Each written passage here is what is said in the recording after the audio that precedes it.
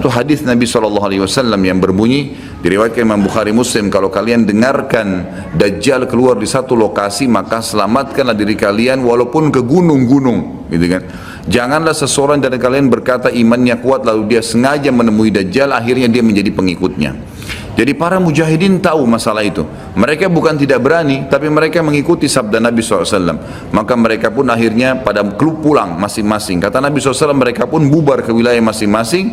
Pada saat mereka tiba di wilayahnya, ternyata Dajjal tidak ada. Itu berita dusta. Dan pada saat itulah Dajjal keluar. Pada saat itulah Dajjal keluar. Dan Dajjal adalah tanda-tanda kiamat besar yang pertama. Tanda-tanda kiamat besar yang pertama. Jadi ini akan terjadi. Ini sekaligus saya menitik beratkan, ya, tidak bolehnya sembarangan orang ngomong. Sekarang soalnya ada beberapa orang, semoga Allah berikan hidayah, menentukan tahun, ya, akan terjadi kiamat. Bagaimana caranya menentukan tahun? Ini tanda-tanda depan mata kita masih ada yang belum terjadi. Dan ini peperangan besar seluruh dunia, ini nggak main-main, ini bukan perang 1-2 hari. Ini peperangan yang besar sekali, gitu kan? Jadi Allahu alam kita masih menemukan atau tidak, tapi yang jelas menurut tanda-tanda sekarang kita masih ada di fase-fase tanda-tanda kiamat kecil yang sedang terjadi, tapi kita menyampaikannya, gitu kan. Yang jelas ini sesuatu yang masih Allahu alam berapa lama, tapi dari hitungan tahun tidak mungkin 20-30 tahun. Bukankah banyak orang menebak-nebak tahun 2000 sekian akan kiamat, 2000 sekian akan kiamat. Ini semua dari mana? Kita punya kiai dan guru kita Nabi Muhammad SAW menyampaikan kepada kita tanda-tandanya ada sebelum terjadi kiamat. Tanda-tanda itu tidak akan terjadi kiamat. Kemudian kita akan masuk menjelaskan teman-teman sekalian tanda-tanda kiamat besar. Ada 11 yang disepakati tanda-tanda kiamat besar, sebagaimana disebutkan di dalam hadis riwayat Imam Muslim. Yang pertama adalah keluarnya Dajjal. Dan Dajjal ini diambil dari kata-kata Dajjal yang berarti kekacauan. Dan ini digunakan untuk nama seseorang yang memang akan dikeluarkan oleh Allah Azza wa Jal sebagai fitnah bagi kaum muslimin. Makanya kita dalam tahiyat membaca wa'udzubika min fitnatil masihid dajjal, dan jauhkanlah kami dari fitnahnya Masih Dajjal. Nanti akan saya paparkan panjang lebar. Yang kedua adalah sementara Dajjal membuat kerusakan di muka bumi, maka akan keluar Mahdi, yang kata Nabi SAW akan keluar seseorang yang sama namaku, Muhammad bin Abdullah, akan sama paras wajah dan poster tubuhku, sama persis dengan Nabi SAW, alisnya, matanya, kulitnya, dan dari keturunanku, dari kota Madinah. Jadi kan sebagian ulama hadis mengatakan ini kemungkinan dari turunan Hasan radhiyallahu anhu, karena memang sekarang yang banyak di Madinah itu turunan Hasan radhiyallahu anhu. Maka dia akan keluar dan Allah mengubahnya dalam sehari semalam. Kemudian dia keluar dari Madinah ke Mekah, lalu dibayat dengan 300 orang, lalu kemudian mereka membentuk pasukan untuk mengejar Dajjal. Kemudian yang ketiga, pada saat itu nanti akan saya jelaskan panjang lebar, ini garis umumnya dulu. Yang ketiga akan turun Nabi Isa alaihissalam. Pada saat pasukan Mahdi sudah sampai di masjid, ya, Menara Putih, dikatakan, dan subhanallah masjid itu kata ulama hadis ada sekarang di Damaskus, di ibu kota Syria. Ada masjid yang disebutkan Menara Putih, dan Nabi SAW sebutkan dengan nama Menara Putih. Nanti mereka akan singgah sholat asar situ, lalu Isa alaihissalam turun. Kemudian setelah itu, setelah Isa alaihissalam, ya, datang turun kemudian memerangi Dajjal, datang tanda-tanda hari kiamat. Yang keempat adalah Ya'juj wa Ma'juj, dua suku yang dari anak Adam diciptakan oleh Allah Subhanahu wa taala, tapi mereka berbeda dengan kita. Mereka sangat beringas, memakan semuanya, kala jengking, ular, hewan-hewan, jumlahnya banyak. Bahkan seseorang di antara mereka tahu kalau akan mati kalau seandainya sudah memiliki 1000 orang anak. Dan mereka akan membuat kerusakan, membunuh semua yang ditemui. Kafir, beriman, tidak ada urusan. Selain mereka akan dibunuh. Ini ada ciri-cirinya. Ya, ada ciri-ciri yang akan saya sebutkan nanti. Ringkas cerita, mereka akan membuat kerusakan, dan Allahu a'lam berapa lama di situ. Isa alaihissalam dan kaum mukminin akan sembunyi di gunung-gunung, dan mereka akan mati bukan dengan peperangan dengan kaum mukminin, tapi dengan doa Isa alaihissalam yang berdoa, lalu Allah matikan mereka dengan satu kali mati. Maka semua miliaran orang yang ini mati tiba-tiba. Kemudian Isa alaihissalam pun berdoa kepada Allah agar dihilangkan jenazah mereka, karena seluruh bumi ini dipenuhi dengan jenazah mereka. Sampai disebutkan dalam hadis mereka akan turun di sebuah sungai Tibriyah di wilayah Syam. Mereka minum sungai tersebut, Orang terakhir mereka datang sudah nggak temukan lagi ada airnya, saking banyaknya jumlahnya. Dan saya pernah tanyakan ke dosen saya sendiri waktu tingkat 3 kuliah bicara masalah Ya'juj Ma'juj ini, saya bilang, Syekh, apakah ada orang dari kita yang ikut dengan pasukan mereka? Maka syekhnya mengatakan sama sekali tidak ada. Karena kita beranjak daripada hadis Nabi SAW, seseorang yang antara mereka tahu dia akan mati kalau sudah punya 1000 orang anak, dan mereka akan membunuh semua selain mereka. Jadi ada ciri khasnya sendiri. Kemudian setelah mereka mati pun Isa AS berdoa, lalu Allah SWT datangkan burung-burung yang besar dari arah barat yang mencengkram mereka satu-satu lalu dibuang ke lautan ke arah timur. Kemudian Allah turunkan hujan yang membersihkan kotoran-kotoran mereka. Jadi sudah ada tanda-tanda kiamat pertama Dajjal, nanti akan saya ceritakan ceritanya. Kemudian ada Mahdi keluar dari Madinah, kemudian turunnya Isa alaihissalam, kemudian Ya'juj Ma'juj. Setelah berjalannya waktu maka akan terjadi orang-orang kufur kembali kepada risalah langit. Setelah pada saat itu Isa alaihissalam sudah meninggal dunia, sudah mulai sebenarnya tentram, orang sudah mengenal Allah, tapi dengan berjalannya waktu manusia mulai lalai, mulai lagi kembali menyembah berhala, mereka lagi berbuat zina, mereka melakukan kekacauan. Maka keluar tanda-tanda kiamat besar yang kelima, yaitu keluarnya dabbah atau hewan melata. Yang hewan melata ini akan keluar dari tanah berbentuk seperti hewan, tapi dia bisa berbicara dan dia membawa cap yang dia mencap orang beriman dan orang kafir. Setiap kali mereka buat kesalahan, ya diingatkan oleh dabbah ini, kalau kamu sedang lalai dari jalan Allah, kembalilah. Dan itu tadi yang ayat yang kita bacakan surah An-Naml ayat 82. Kemudian setelah itu datang tanda-tanda kiamat yang keenam. Setelah keluarnya dabbah maka akan terjadi 6, 7, 8 sekaligus tanda-tanda kiamat ini, yaitu terjadinya longsor besar di wilayah timur Jazirah Arab. Tepatnya wilayah timur itu Irak, Iran, Afghanistan, Rusia, itu wilayah timur Jazirah Arab. Akan terjadi longsor besar yang tidak bisa lagi ditutup. Dan terjadi juga longsor besar, tanda-tanda kiamat yang ketujuh, itu adalah di Jazirah Arab dan juga terjadi di wilayah baratnya Jazirah Arab, yaitu wilayah Afrika, dan ini juga akan longsor besar gitu kan. Kemudian terjadilah tanda-tanda kiamat yang selanjutnya yang ke berapa? 9, keluarnya api dari wilayah Qa'rul Aden namanya, atau wilayah padang pasirnya wilayah Aden. Aden salah satu kota di Yaman gitu kan. Dan sekarang ini sudah ada diangkat di YouTube, dicuplikan, dan saya pernah lihat sebagian padang pasir wilayah Aden ini yang disebutkan dengan Qa'rul Aden itu memang tidak ada orang yang tinggal situ karena panasnya gitu kan. Dan ada wilayah padang pasir yang sempat terbelah dan mereka melihat dan diteliti secara ilmiah di bawah itu ada api yang sangat besar. Jadi ini sudah disebutkan dalam hadis Nabi sallallahu alaihi wasallam. Kemudian selanjutnya akan terbit matahari dari barat sebagaimana dia biasa terbenam dari situ. Ini ada berapa? 10 ya? Berarti ada satu yang tertinggal ya. Iya, keluarnya asap, maaf. Jadi sebelum terjadinya longsor 6, 7, 8 tadi, yang keenamnya itu adalah kelihatannya kabut. Di seluruh muka bumi ini akan terjadi kabut yang menutupi dunia bumi ini, dan semua dunia ini akan melihat kabut itu dalam beberapa waktu. Inilah 11 tanda-tanda kiamat besar. Baik, kita akan rincikan dengan izin Allah satu persatu. Kalau terjadinya atau keluarnya Dajjal, ini disebutkan dalam banyak hadis, banyak sekali, dan ini yang paling banyak diingatkan. Di antaranya hadis Bukhari yang berbunyi, kata Nabi SAW, tidak ada seorang Nabi pun kecuali sudah mengingatkan kaumnya tentang si buta sebelah kanan ya. Jadi memang dia cirinya buta sebelah kanan. Dajjal memiliki ciri khas, rambutnya keriting, kemudian kulitnya mendekati hitam ya. Jadi sawo matang, badannya kekar, kemudian dahinya lebar ya. Dan orangnya mata kanannya rusak seperti anggur yang sudah rusak. Dan kata Nabi SAW, ingatlah dia akan mengaku sebagai Tuhan, dan ketahuilah Tuhan kalian Allah tidak buta sementara dia buta.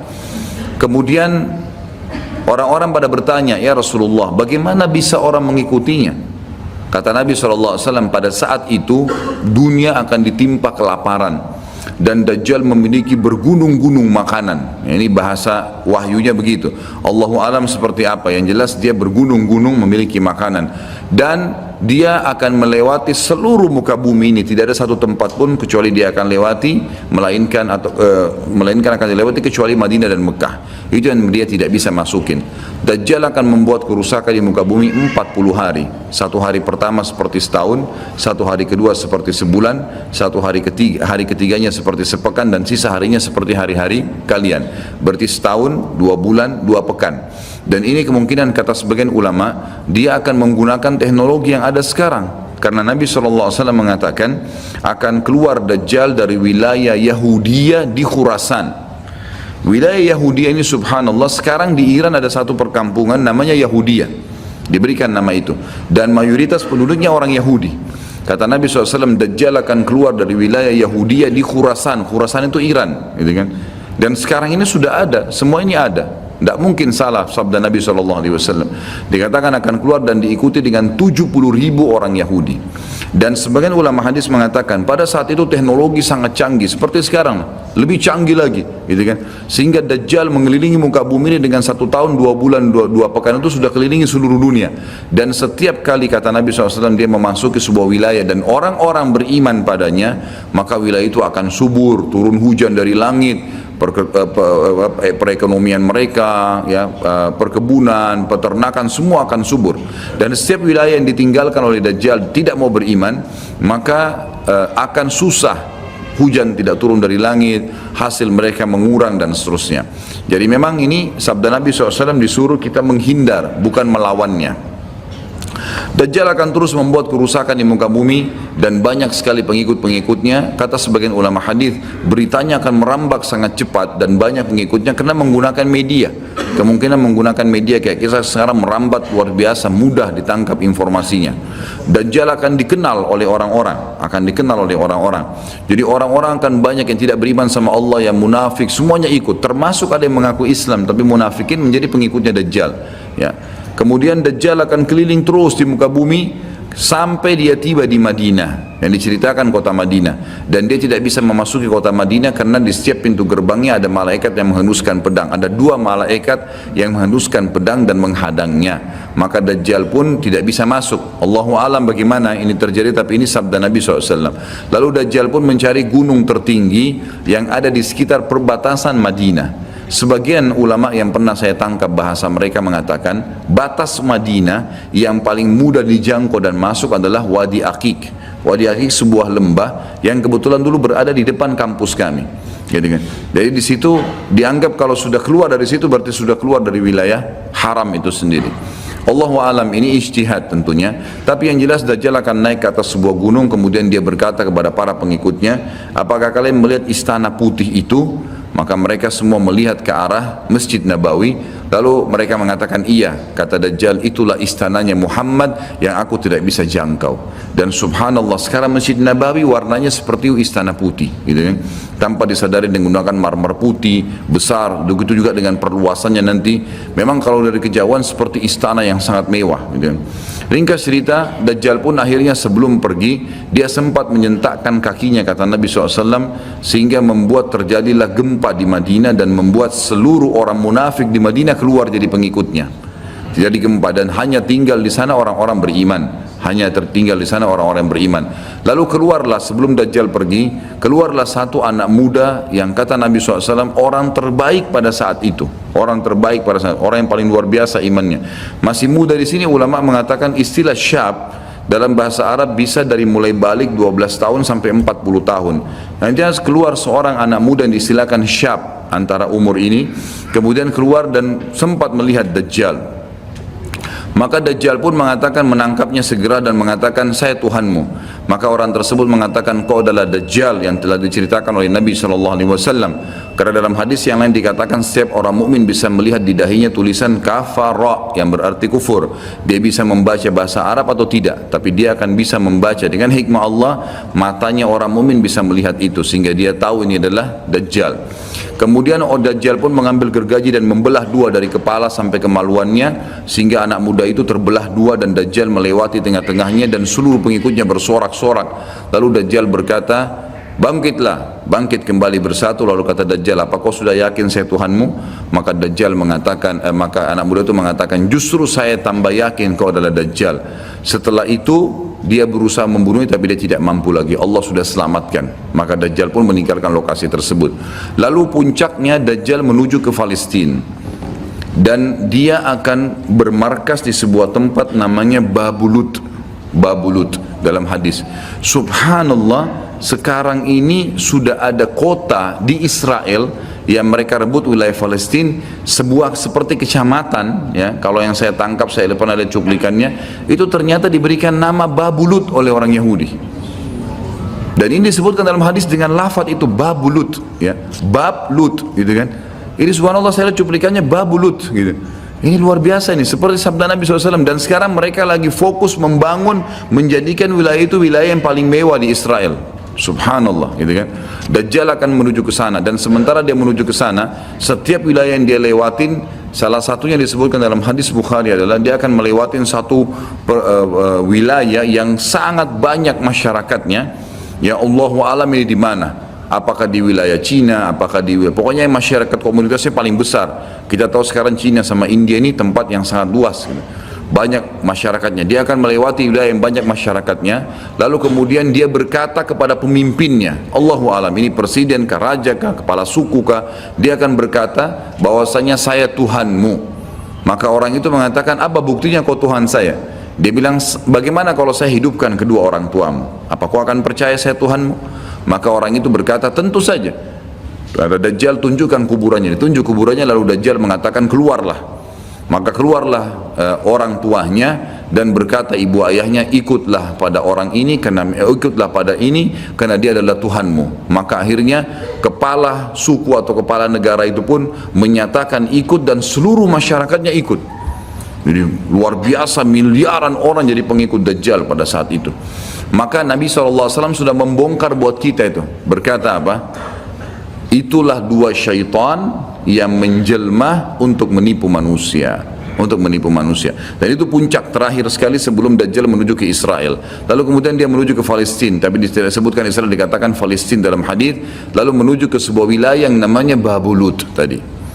Lalu Dajjal berpesta pora di sana dengan pengikut-pengikutnya, mentuhankan dia. Dia berikan makanan, kaya raya, segala macam dia bisa lakukan, fitnah, gitu kan. Akhirnya keluarlah, pada saat sementara dia berjalan ke Babulut dan tiba di Babulut, keluarlah di Madinah Mahdi. Dan Mahdi ini adalah keturunan Nabi SAW, tadi saya bilang, keluar dari Madinah. Kemudian Allah memperbaiki dia dalam sehari semalam. Kata sebagian ulama hadis, Allah berikan petunjuk sehingga dia menjadi baik langsung, gitu kan. Tadinya dia faham agama tapi belum diaplikasikan, sekarang dia langsung Allah SWT ubah menjadi orang yang saleh dalam sehari semalam. Lalu kemudian dia jalan, ada banyak riwayat yang menyebutkan ciri-cirinya. Di telapak tangannya ada seperti bekas, ya, tanda lahir. Ya, yang jelas yang paling mendasar mirip dengan Nabi SAW, alisnya seperti busur panah, kulitnya putih, orangnya tinggi besar, kekar, gitu kan. Dan tadi turunan Nabi SAW namanya Muhammad bin Abdullah. Maka dia pun akhirnya didatangi oleh orang-orang yang pada saat itu sudah tahu tentang keluarnya Dajjal, sudah informasi menyebar. Maka mereka juga sudah tahu ada orang yang akan membentuk pasukan dari Madinah namanya Muhammad bin Abdullah. Lalu mereka carilah keturunan Nabi SAW itu, lalu ditemukan. Lalu mereka mengatakan, engkau lah yang telah ditunjuk oleh Nabi SAW. Maka keluarlah memimpin kami untuk memerangi Dajjal. Dia pun awalnya menolak sampai dia pergi ke Mekah, kata Nabi SAW, lalu diikuti oleh 300 orang masyarakat membaiatnya. Lalu terbentuklah pasukan muslimin yang tidak tahu Allahu a'lam berapa jumlahnya pada saat itu. Lalu mereka menuju ke Palestina, melewati negeri Palestina, melewati negeri Syria, dan akhirnya mampir di Masjid Darul Baidha tadi, menara putih yang tujuannya untuk mengerjakan sholat asar. Dan pada saat itu terjadilah tanda-tanda kiamat besar ketiga. Isa alaihissalam akan turun. Kata Nabi SAW, Isa alaihissalam akan turun, rambutnya basah, meneteskan air, dan memegang dua sayapnya malaikat. Sebagian ulama hadis mengatakan pada saat itu kaum mukminin akan melihat malaikat yang membawa Isa alaihissalam. Kemudian dia turun dan dia masuk. Kemudian kata Nabi SAW, Mahdi adalah satu-satunya orang, ya, salah satu orang yang Nabi sholat jadi makmum di belakangnya. Karena waktu turun Nabi Isa, orang sudah tahu semua ini akan turun, lagi berkumpul gini mau sholat, pas mau iqamah sholat Isa alaihissalam turun. Dan orang-orang sudah mengatakan Isa sudah datang. Jadi informasi pasti, bukan lagi yang diragukan, bukan masih nebak ini Isa atau bukan, mereka sudah tahu. Turunnya kelihatan dan mereka masuklah. Lalu kemudian Mahdi mengatakan silakan memimpin, hai Nabiullah. Kata Nabi Allah, imam dari diri kalian, dari kalian sendiri, dari kaum muslimin. Maka akhirnya dia pun menjadi imam. Kemudian terbentuklah pasukan tersebut, tiba di Babulut. Saya tutup dengan kisah Babulut ini. Pada saat tiba di Babulut, ya, tiba di Palestina, maka Dajjal tidak tahu yang datang ini siapa.